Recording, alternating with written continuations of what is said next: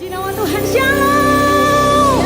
Merry Christmas and Happy Anniversary bagi kita semuanya. Mari bangkit berdiri. Kasih salam kanan kiri, katakan Merry Christmas, Happy Anniversary. Kita kasih tepuk tangan yang terbaik dong buat Tuhan kita. Perjalanan 15 tahun saya percaya dari hari ini kita akan melangkah membawa puji-pujian yang sama hingga ke pulau-pulau, hingga ke bangsa-bangsa yang siap, katakan amin. Kita bertepuk tangan sama-sama, come on. Dari tempat ini Tuhan kami membawa pujian bagi Engkau. Biarlah namamu ditinggikan, biarlah namamu dipermuliakan di seluruh bangsa. Kita bertepuk tangan lebih tinggi di atas kepala kita bersama-sama.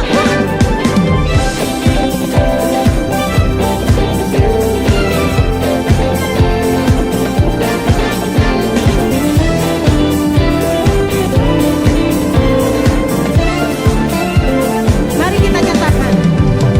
Dari pulau dan benua terdengar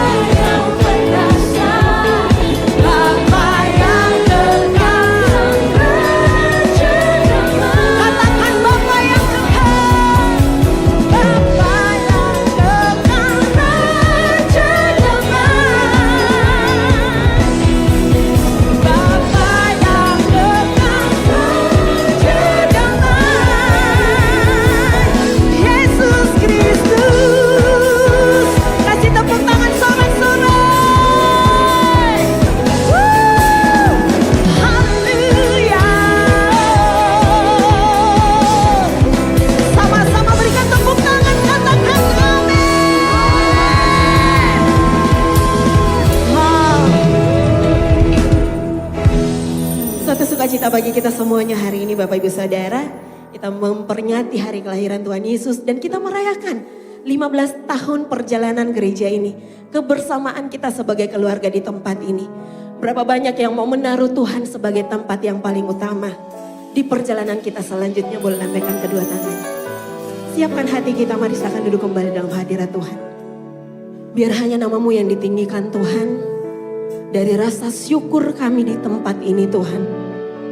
Bagaimana perbuatanmu, kasihmu, cintamu yang Engkau berikan bagi kami. Biarlah itu sebagai terang dalam hidup kami Tuhan. Kami melangkah dengan tidak ragu. Kami melangkah dengan tidak bimbang. Karena kami punya Yesus Tuhan yang layak disembah. Yang selalu berada di pihak kami. Ini pujian kami, ini penyembahan kami Tuhan Yesus.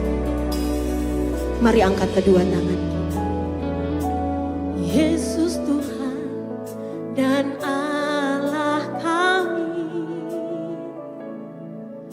Engkau layak menerima pujian, hormat dan kuasa. Sebab Kau telah ciptakan segalanya.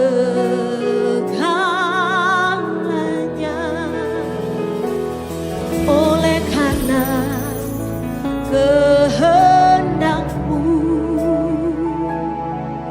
semuanya itu telah ada dan diciptakan untuk kemuliaan-Mu. Terpujilah Tuhan.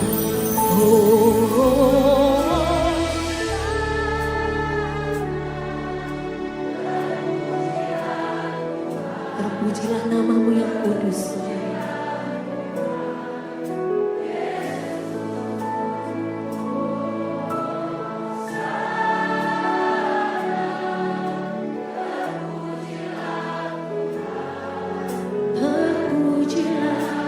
Mari kita berikan penghormatan yang terbaik. Buka kedua tangan kita. Sana terpujilah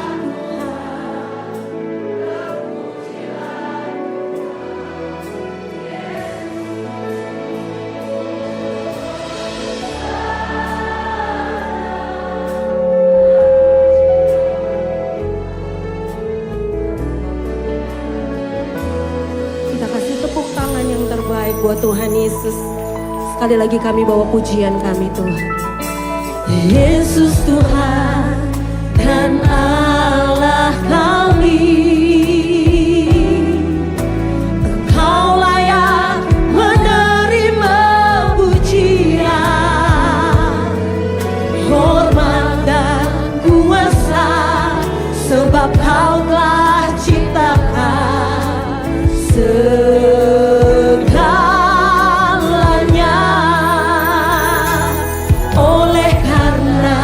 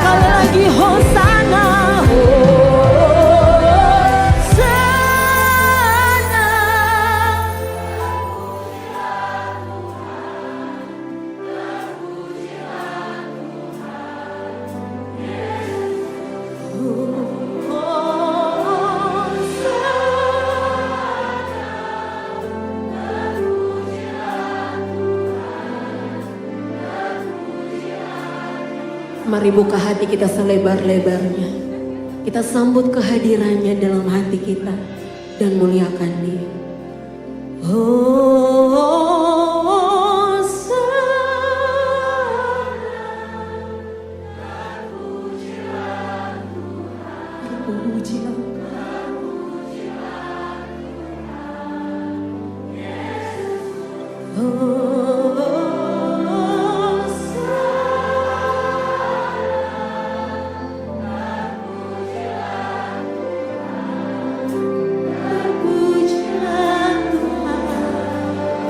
Mari bersama-sama kita sembah Dia. Berdoalah, mengucap syukurlah atas terang kasih-Nya, atas penyertaannya bagi setiap kita di tempat ini. Perjalanan yang tidak sebentar yang Dia bawa kita, bersekutu bersama-sama di tempat ini. Biar menjadi kerinduan kita mempersembahkan yang terbaik buat Tuhan Yesus. Hosana bagimu Tuhan.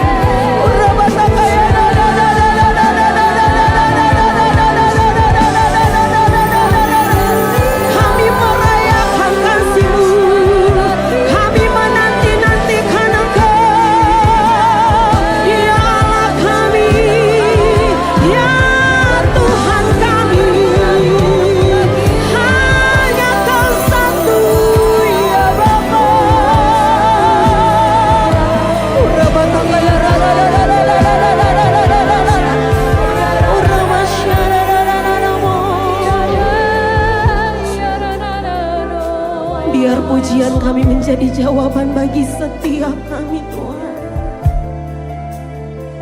Biarlah Engkau mendengar setiap penyembahan kami yang bersyukur. Kau lahir dalam hidup kami sebagai manusia. Kau memberikan nyawamu bagi kami, Tuhan. Mari bersama-sama kita berbahasa roh.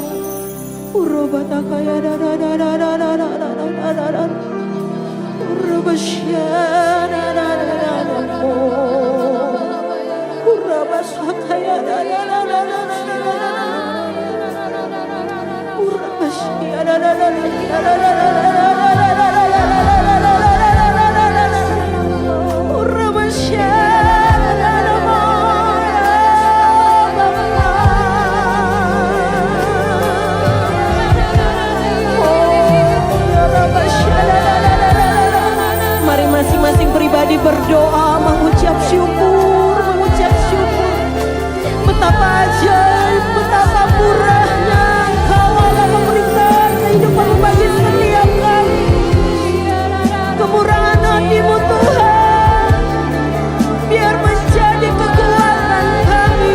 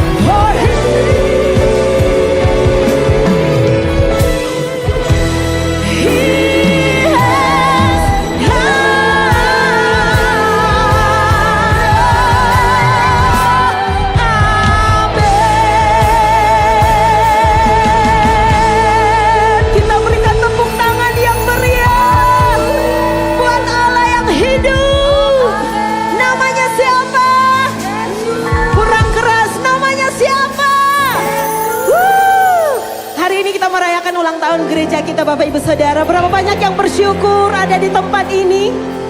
Berapa banyak yang bersyukur bisa lambaikan tangannya lebih tinggi lagi?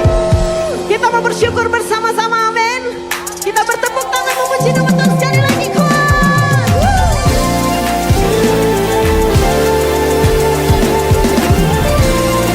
Sama-sama katakan.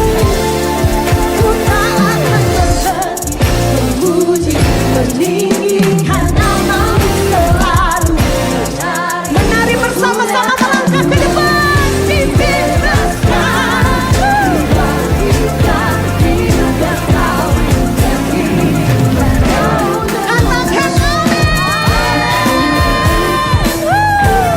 Bersama-sama mari kita menari merayakan kebaikan Tuhan bagi setiap kita.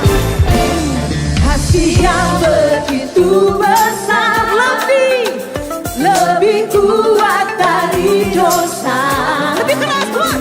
Kasih yang menebus aku, satu-satunya yang selamatkan dan pulihkan. Angkat kedua tangan kita, katakan.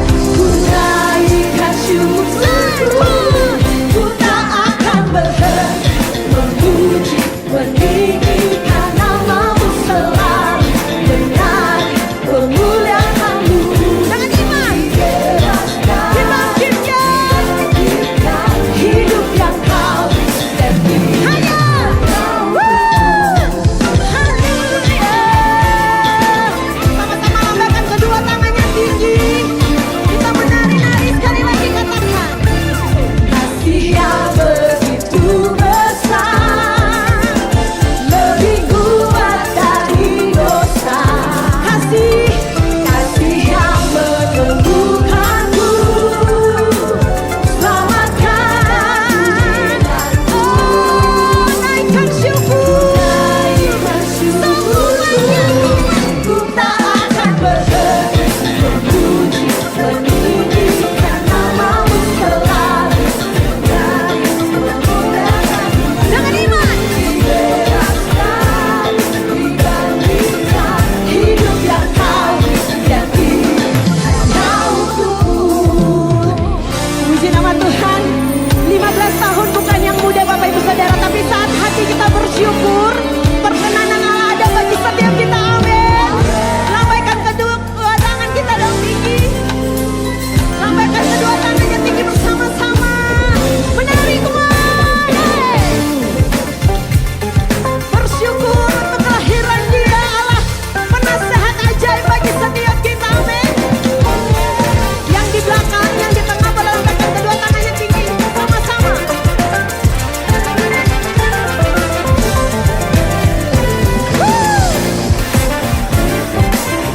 Lebih tinggi lagi, mari bertepuk tangan dengan Tuhan Yesus.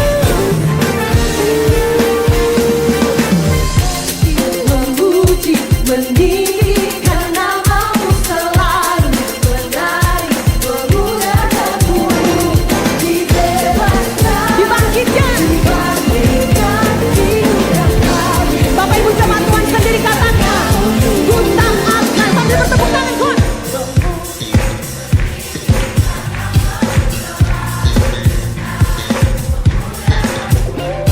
Dibebaskan. Bisa lebih keras, tangannya bisa lebih tinggi, sama-sama katakan. Tak akan berhenti.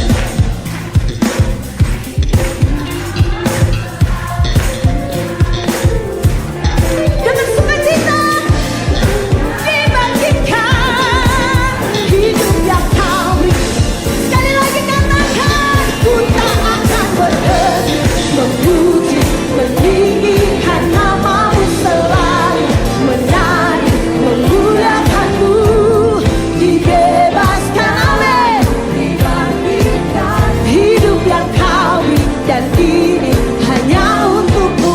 Hidup yang Kau beri, dan ini hanya untukmu.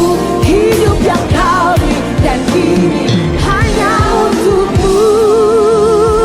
Kita kasih tepuk tangan yang terbaik buat Tuhan Yesus.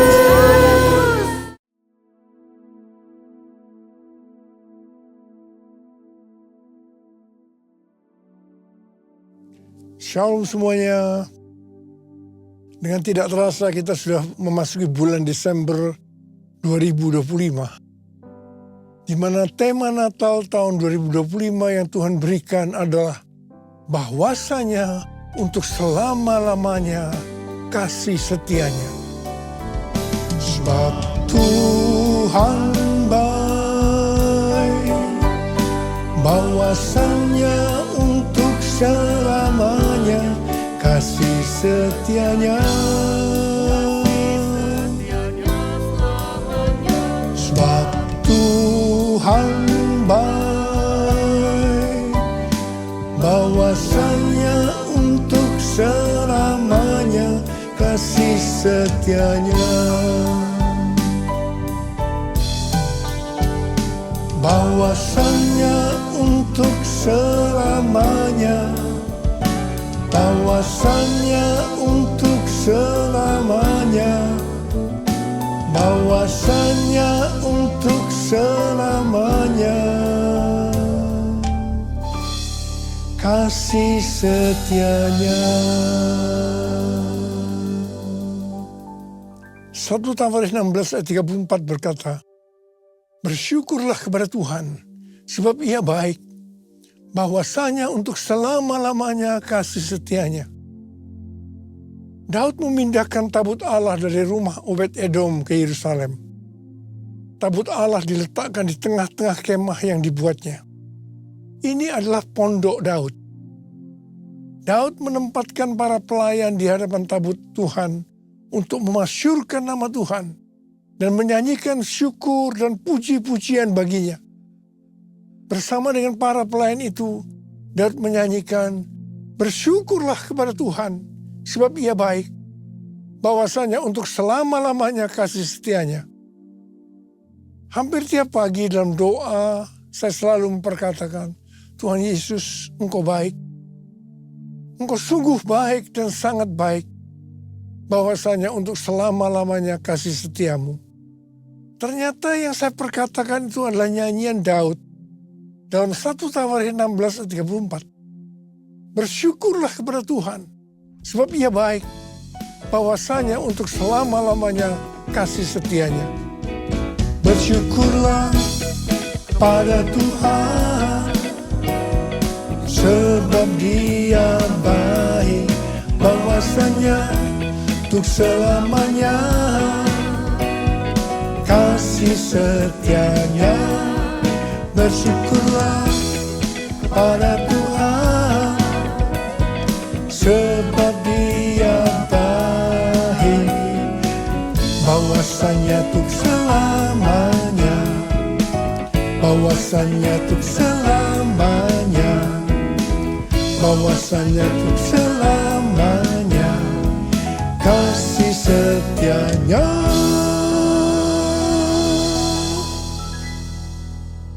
Di sini Daud bersama-sama dengan orang banyak mendeklarasikan kebaikan Tuhan. Sementara doa pribadi Daud kepada Tuhan biasanya memakai kata-kata kasih setiamu, seperti yang saya ucapkan kepada Tuhan. Dalam Perjanjian Lama, kasih setia chesed memiliki arti rahmat, belas kasihan, dan kesetiaan. Dalam Perjanjian Baru, padanan kata chesed adalah eleos, yang artinya rahmat atau belas kasihan. Menjelang kelahiran Yesus, Maria bernyanyi, dan rahmatnya turun-temurun atas orang yang takut akan Dia. Bagaimana kasih setia Tuhan ini dinyatakan? Lanjutan nyanyian Daud dalam 1 Tawarikh 16 ayat 35 berkata, selamatkanlah kami ya Tuhan Allah, penyelamat kami. Jadi kasih setianya dinyatakan lewat keselamatan yang Ia berikan.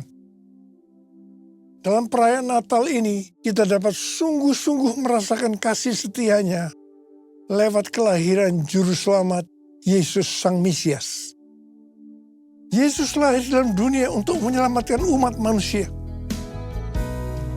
Betapa besar kasih-Mu Allahku, sehingga Kau berikan Yesus padaku, supaya aku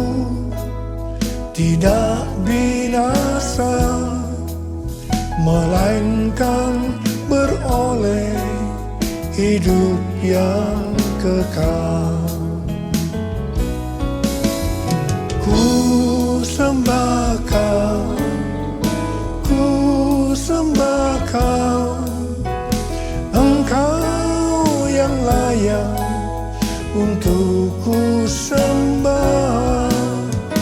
Ku sembah Kau, ku sembah Kau, Engkau yang layak untuk ku sembah.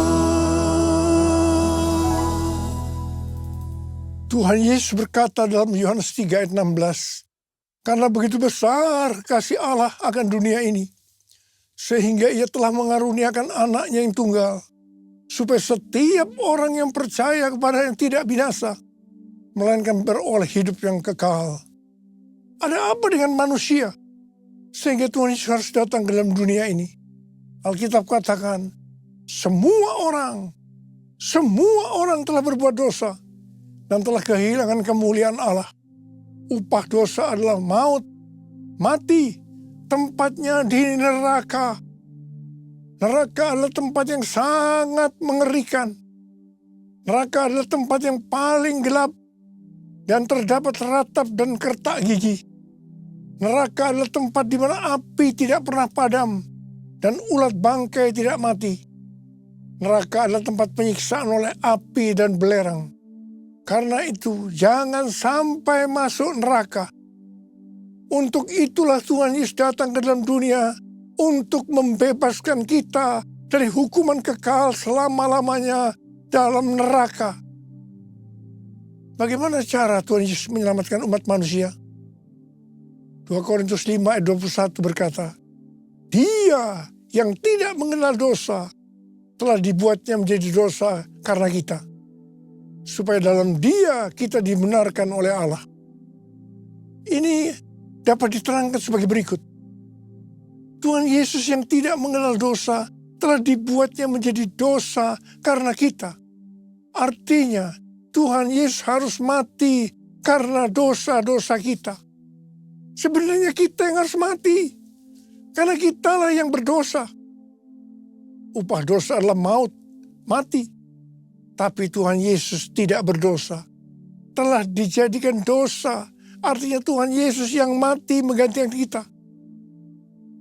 Kalau kita melihat cara mati dari Tuhan Yesus, saya katakan bahwa itu sangat-sangat tidak manusiawi. Pada saat orang-orang Yahudi berteriak, salibkan dia, salibkan dia, maka Tuhan Yesus harus disalibkan. Proses awal dari penyalipan, jubah Tuhan Yesus dibuka. Tuhan Yesus diikat pada sebuah tonggak. Di sebelah kanan dan kirinya ada 2 algojo yang memegang cambuk. Ujung cambuk itu dari potongan tulang dan besi. Setiap kali cambuk itu dihunjamkan pada tubuh Tuhan Yesus, akan menimbulkan luka yang dalam. Darah bercucuran.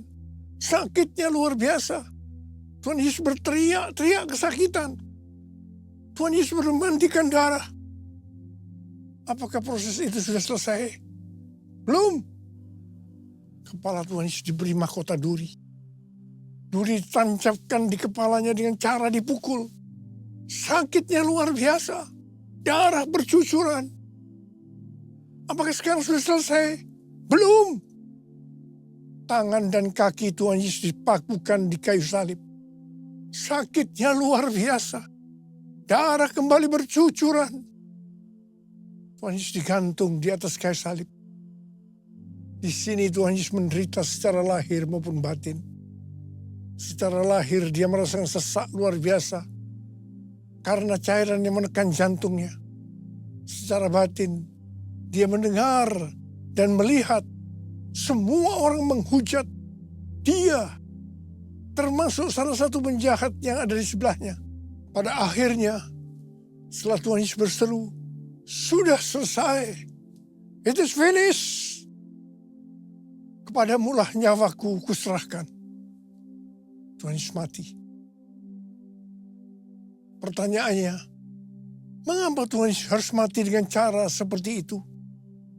Dengan penderitaan yang luar biasa, darah bercucuran, secara luar biasa. Mengapa tidak dengan cara yang mati yang mudah? Dipenggal kepalanya, selesai. Mengapa harus dengan darah bercucuran? Alkitab katakan, tanpa penumpahan darah, tidak ada pengampunan dosa.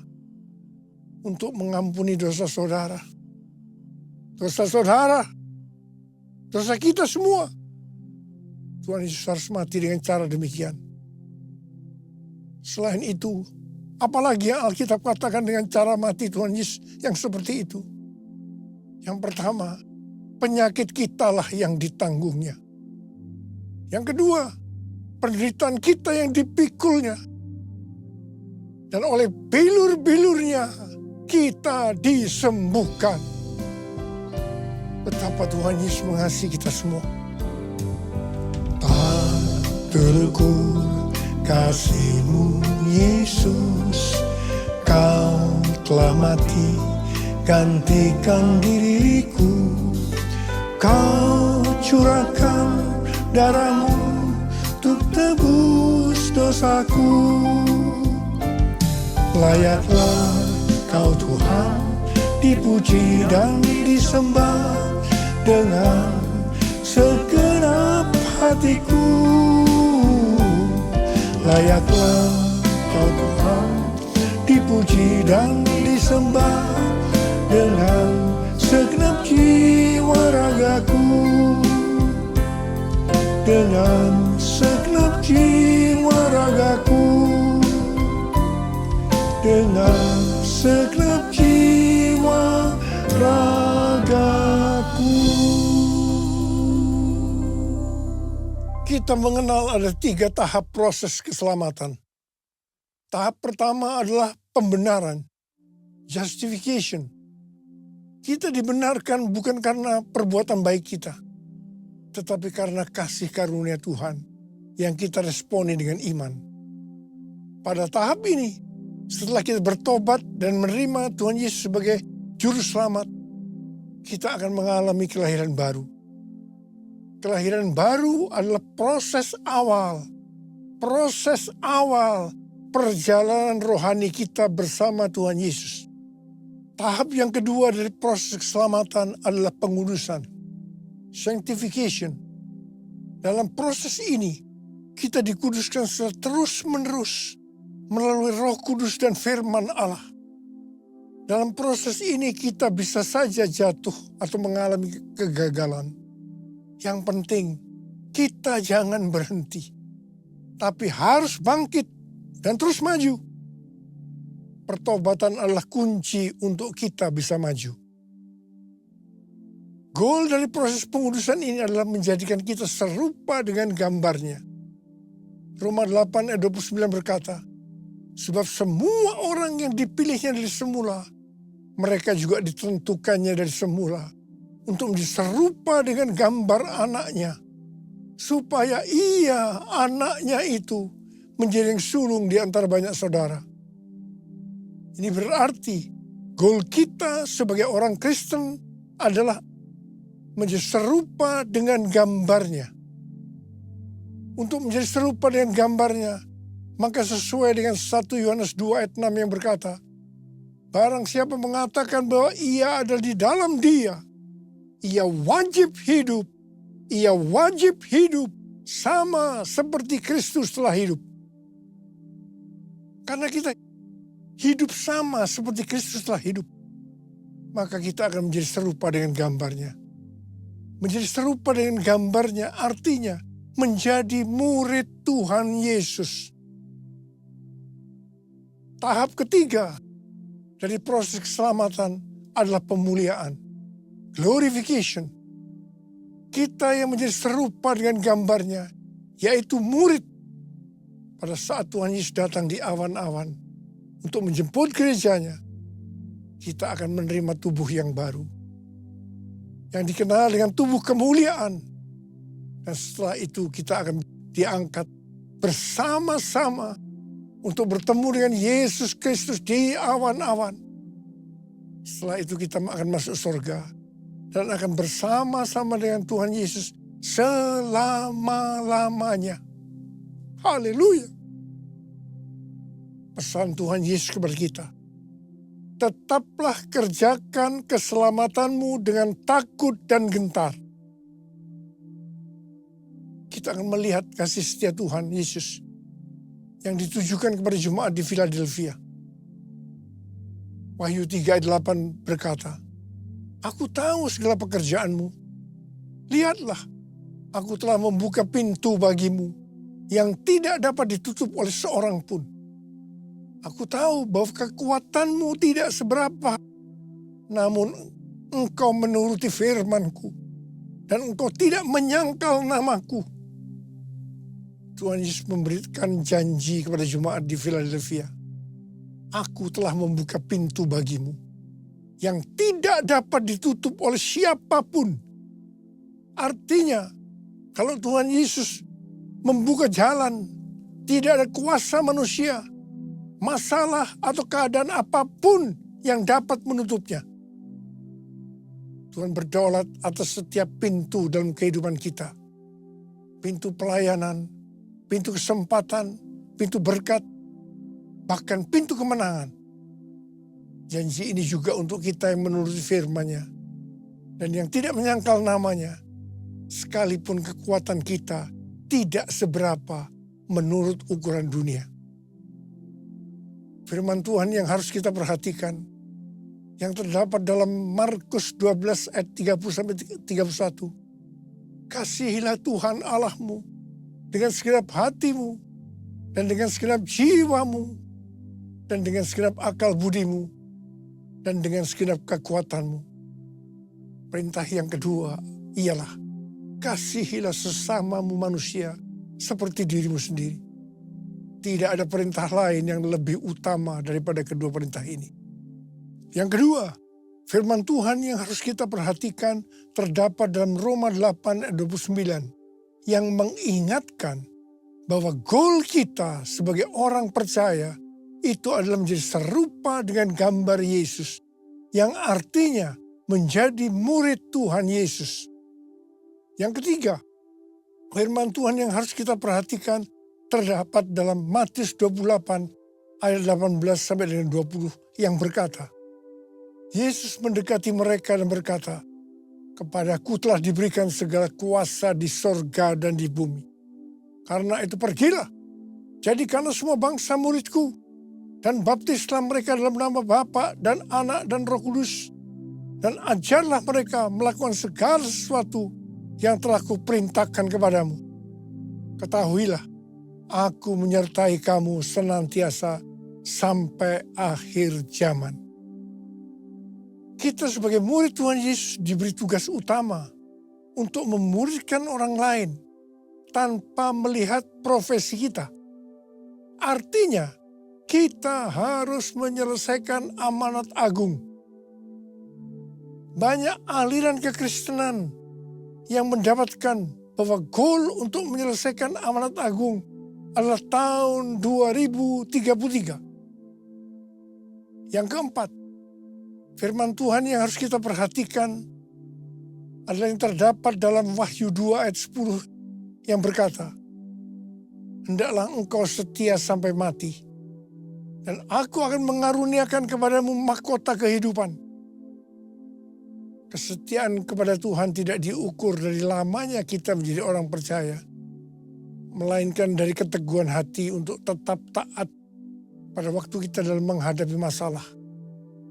Tuhan tidak mencari orang yang hebat, tetapi yang setia sampai akhir. Setia berarti tetap berdoa meskipun belum dijawab, tetap melayani walaupun lelah, dan tetap percaya meskipun jalan belum terbuka. Yesus memberi teladan dengan taat sampai mati di kayu salib.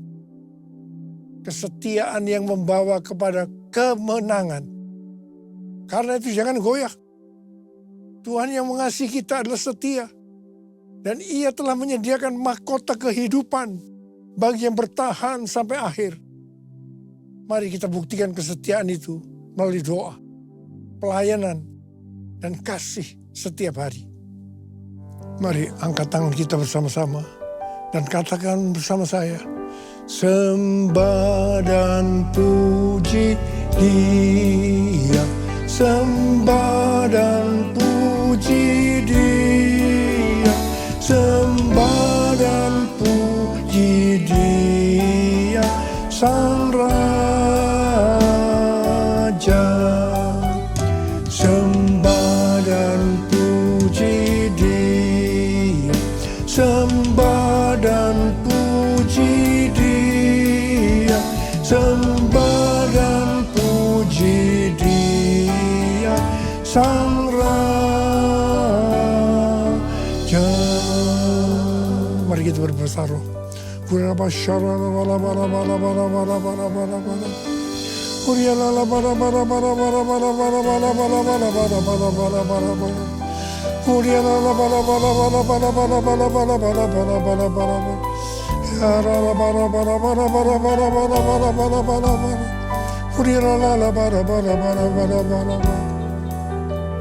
Kamu berdoa buat anak-anakmu semua, Tuhan. Kami akan segera memasuki tahun yang baru, tahun 2026. Berkati mereka berlimpah-limpah-limpah. Tuhan, terima kasih. Tuhan, terima kasih. Terima kasih, terima kasih, terima kasih. Dalam nama Yesus.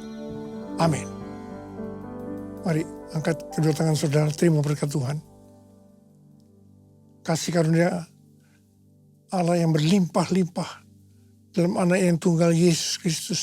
Persekutuan yang manis dan Roh Kudus menyertai kita semua mulai hari ini sampai Tuhan Yesus datang menjemput kita di awan-awan dan bahkan sampai selama-lamanya. Amin. Saya mengucapkan selamat Hari Natal tahun 2025. Tuhan Yesus memberkati berlimpah-limpah-limpah. Amin.